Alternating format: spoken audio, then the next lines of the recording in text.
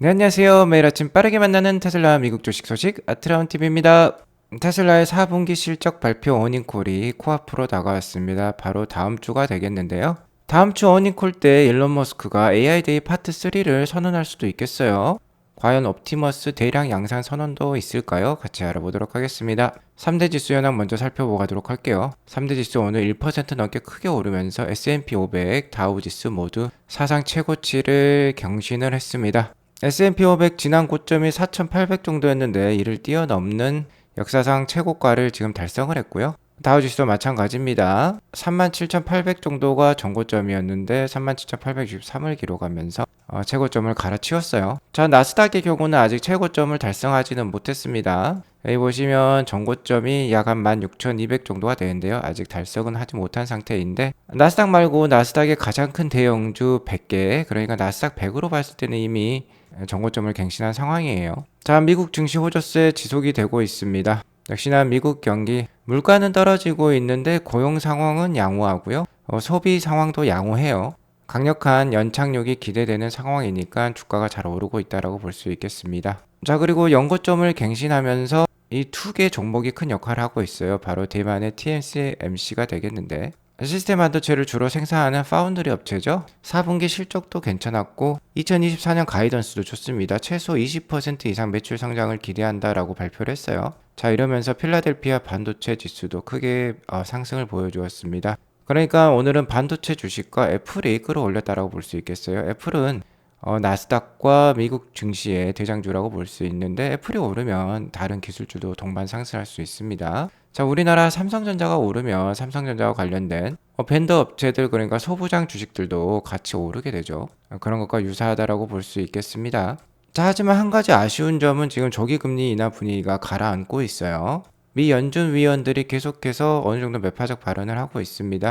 크리스토퍼 월러 연준 이사는 금리 인하 서두르지 않을 것이다. 라파엘 애틀랜타 연은 총재 역시 첫 금리 인하 시기를 3분기로 예상을 하고 있어요. 3분기면 7월 달부터 9월 달 사이가 되겠는데 이르면 3월 정도 금리 인하를 예상을 하고 있던 시장 참가자들에게는 그렇게 좋지 못한 뉴스라고 볼 수 있겠죠. 자, 그러나 저러나 미국 증시 정말 잘 오르고 있습니다. 나스닥 역시 15,000선을 지금 강하게 돌파를 하면서 오늘도 장대 양봉을 뽑아 주었어요. 일단 S&P 500과 다우지수가 최고점을 갱신을 했기 때문에 추가적인 상승이 기대된다라고 볼 수 있겠습니다. 다만 미국 증시가 크게 오르는 동안 중국과 같은 신흥국 증시는 좋지 못했어요. 그렇기 때문에 현재 글로벌 자금은 미국 위주로 지금 투입이 되고 있다라고 볼 수 있겠는데 미국 증시가 많이 오른 만큼 많이 오른 미국 증시를 팔고 한국이라든지 중국이라든지 어느 정도 이머징 마켓과 관련된 투자 수요가 또 증가할 수도 있습니다. 자, 그렇게 되면 나스닥 차트도 좀 하향세를 보여줄 수도 있겠어요. 그러니까 지금은 비중 있게 들어가기는 좀 어려울 것 같다라고 말씀을 드릴 수 있을 것 같고 14,500선이라든지 13,500선까지도 열어두고 자, 하락을 했을 때 더 많이 사 모아가는 투자가 유효하다고 볼 수 있겠습니다. 어쨌든 지금 당장 QQQ와 같은 ETF를 들고 있으면 그러니까 나스닥 지수에 연동된 ETF죠. 자, 먼저 매도할 필요는 없다라는 거예요. 계속 모아가는 주식이라고 보시면 됩니다. 다만 지금 많은 비중을 사기에는 좀 버거운 상황이라는 거죠. 자, 이렇게 눌림목을 주고 하락을 보일 때 많이 살 필요가 있다라는 겁니다. 자, 그리고 이번 달 1월 31일에 FOMC 회의가 있는데 일단 5.5%로 금리가 동결될 확률이 97.4%로서 거의 확실시해 보여요. 자, 중요한 건 언제 금리 인하를 하느냐라는 점인데요. 파월 연준의장이 아마도 힌트를 주겠죠. 이 1월 31일에.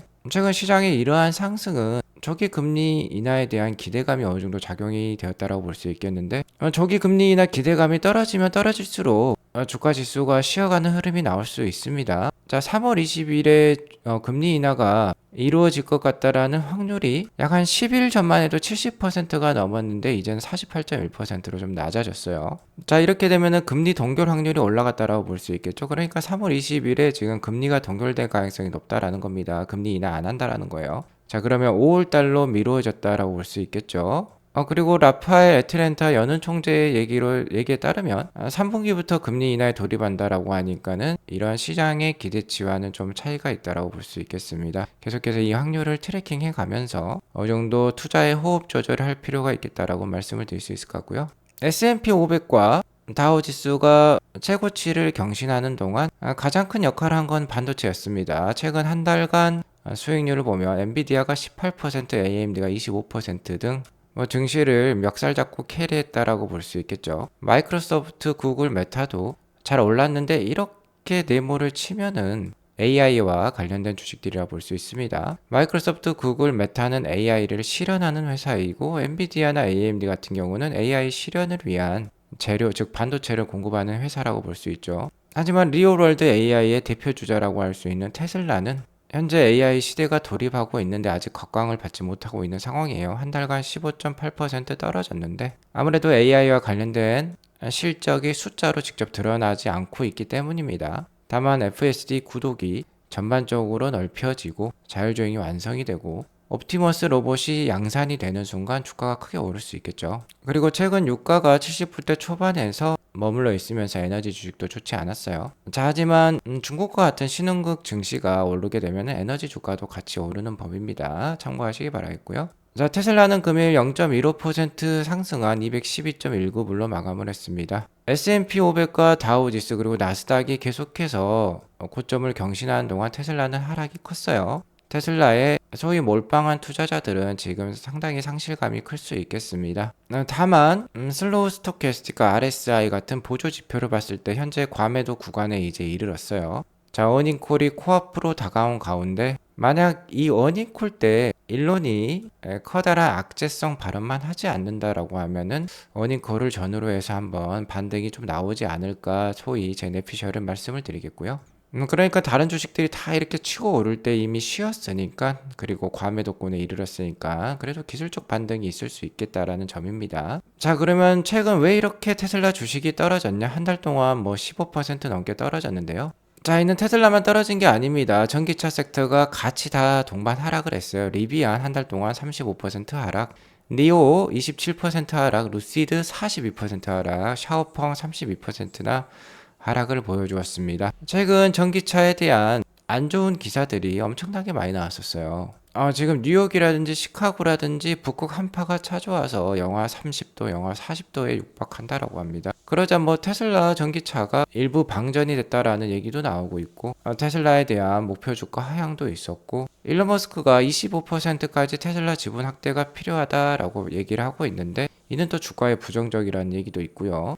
전기차 주식의 리더십을 갖고 있는 테슬라가 약한 모습을 보이니까 그 나머지 동생들이라고 할 수 있는 친구들은 더 많이 이렇게 하락을 하는 법이죠. 어쨌든 현재 전기차 주식들의 겨울이 다가와 있다라고 볼 수 있겠습니다. 자, 거기에 더불어서 테슬라가 가격 인하를 단행을 했죠. 전기차의 가격은 어느 정도 테슬라가 결정한다라고 볼 수 있습니다. 테슬라가 가격 인하를 하면요. 다른 전기차 회사들도 가격 인하를 단행할 수밖에 없어요. 자, 그렇게 되면 전기차를 생산하는 대부분의 카메이커들의 수익률, 영업이익률이 떨어질 수 있겠습니다. 테슬라가 정말 치킨 게임에 들어간 것 같기도 한데요.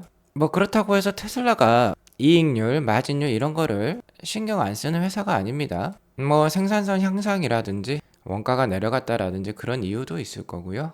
중요한 거는 향후 FSD와 같은 소프트웨어 이익을 만들어내기 위해서 어쨌든 차량을 많이 보급을 해야만 하는 테슬라예요.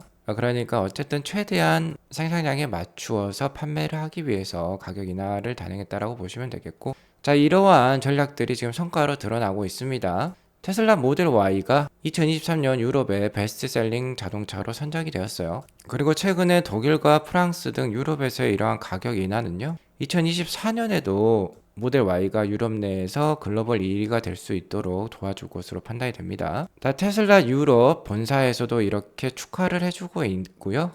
Thank you to our owners in Europe이란 말도 해주고 있어요. 유럽의 테슬라 차주님께 감사합니다 라고도 얘기를 하고 있습니다. 자, 자세히 내용을 알아보면 유럽의 모든 기록을 갈아치웠다라고 볼 수 있겠습니다. 2023년 모델 Y 판매량은 25만 4,822대로 기록이 되고 있는데요.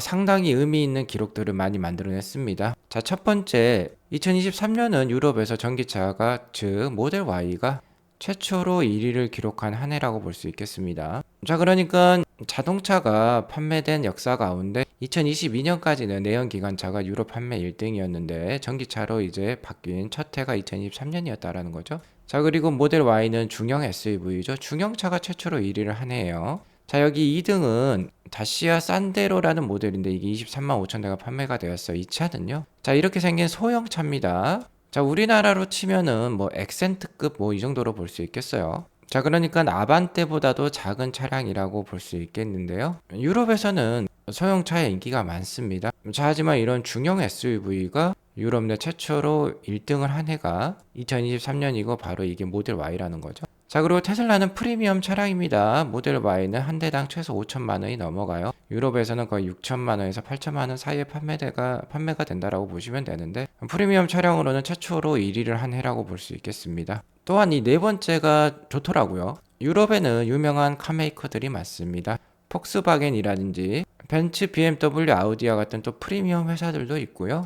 프랑스의 르노라든지 뭐 이태리의 피아트 같은 회사도 있고 볼보도 있죠. 자, 이러한 쟁쟁한 회사들이 많은 가운데 미국 차량이라고 볼 수 있겠죠. 미국 회사인 테슬라가 최초로, 그러니까 비유럽 회사로는 최초로 유럽 내 판매 순위 1등을 기록한 해라고 보시면 되겠습니다. 자, 그러니까 모델 Y 판매량 1등이 상당히 의미가 있다라고 볼 수 있겠죠. 그리고 2023년에 상위 1등부터 20등까지 모델 Y를 제외하고는 모두 내연기관 차량이라고 합니다. 물론 뭐 플러그인 하이브리드도 뭐 섞여 있겠죠. 자, 유럽의 분기별, 차종별, 그러니까 파워트레인이라고 볼 수 있겠죠. 파워트레인별 시장 점유율, 신차 등록 점유율을 한번 비교를 해보면요. 여기 보시면 페트롤이라고 적겠죠. 바로 휘발유 차량이 되겠습니다. 휘발유 차량이 계속해서 좀 내려가고 있다가 뭐 연간 분기당 한 100만 대 수준에 지금 머물러 있고요.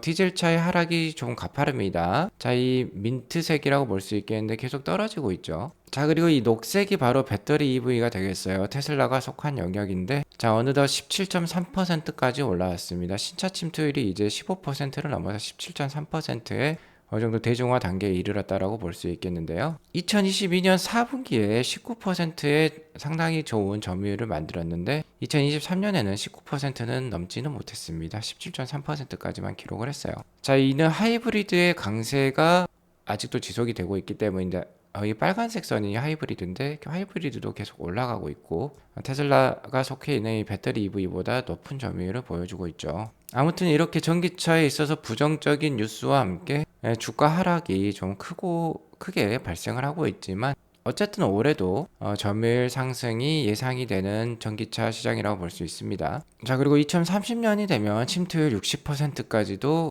나올 것으로 예상이 되고 있어요.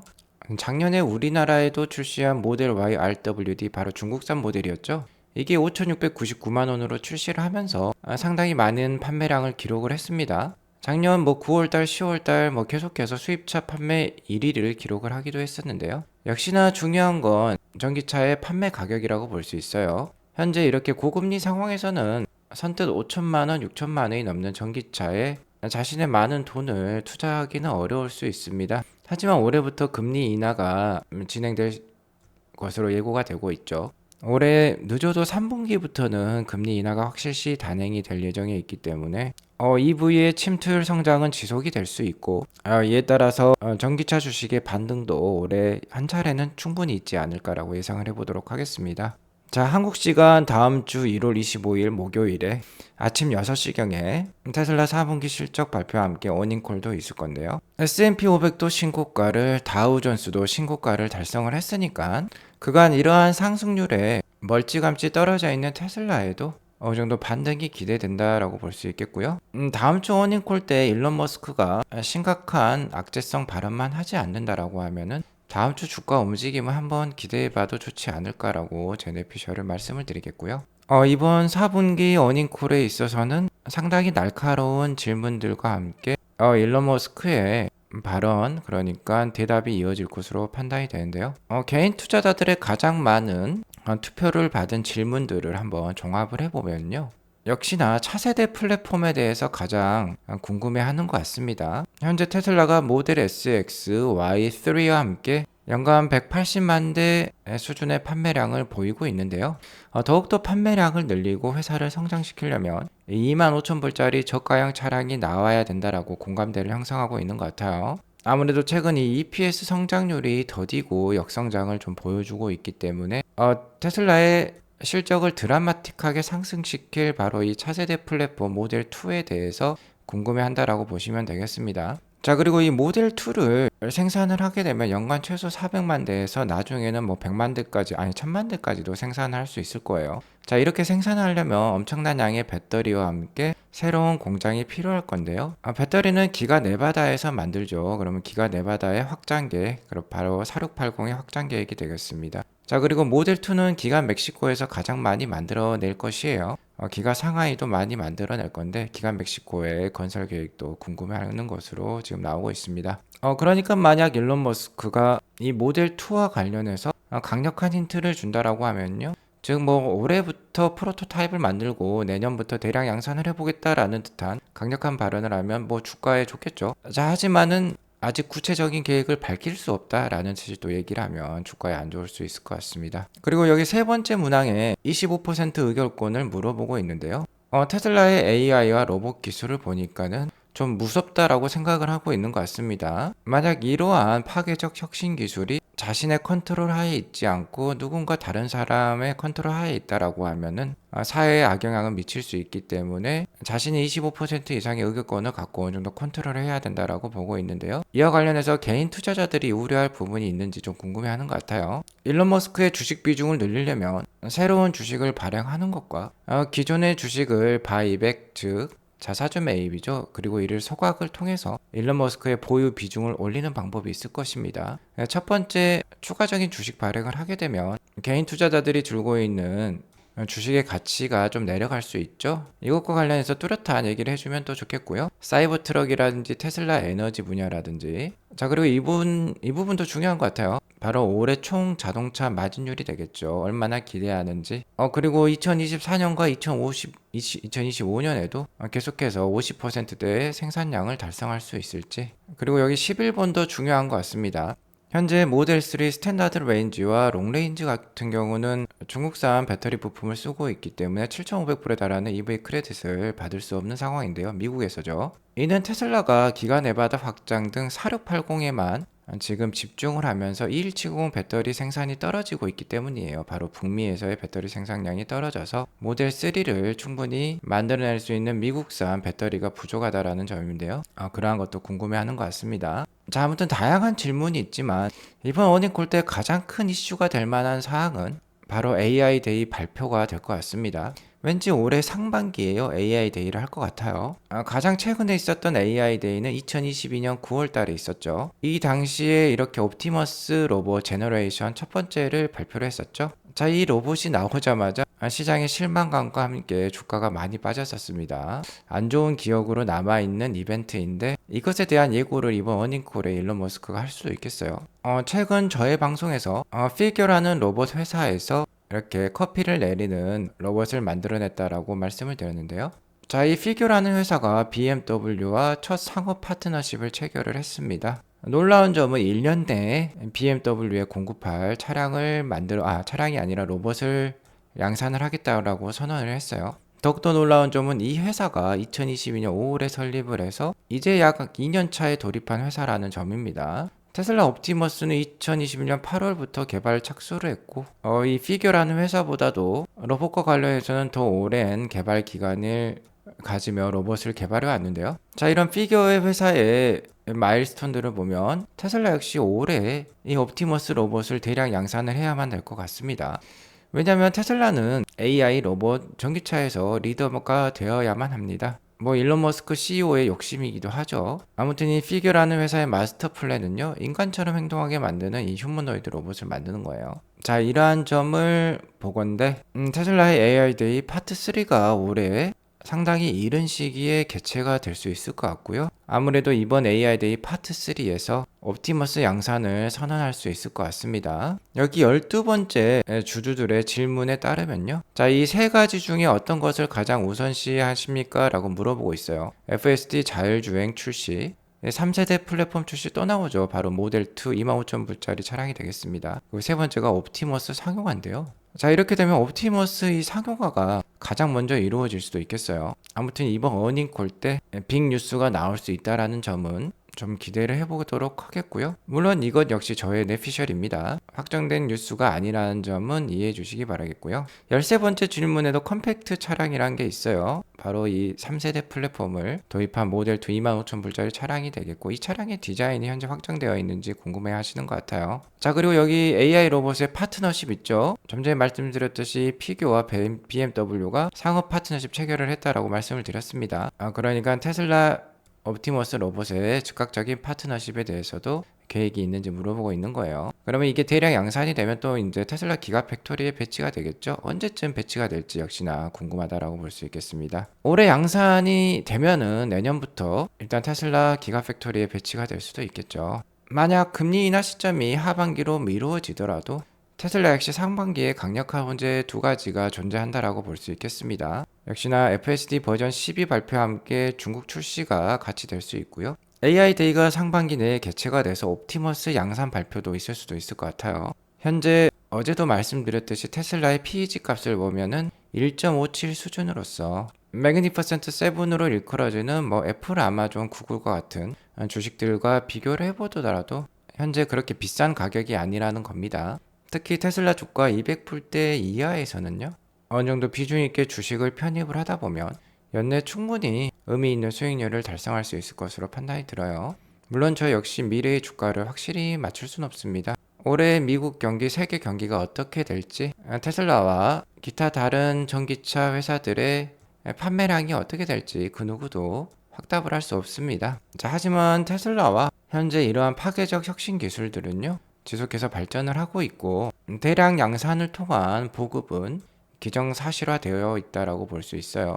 계속해서 기업들은 생산성 향상을 추구를 하고 인간은 고된 노동에서 해방되고자 합니다. 그러니까 정해진 미래에 대한 어느 정도 확신을 가지고 지속해서 기대감을 갖고 투자를 이어가실 필요가 있겠어요. 자, 오늘 이것으로 방송을 마치겠고요. 오늘 방송이 도움이 되었으면 구독과 좋아요, 알람 설정 꼭 눌러주세요. 행복한 주말 되시기 바라겠습니다. 감사합니다.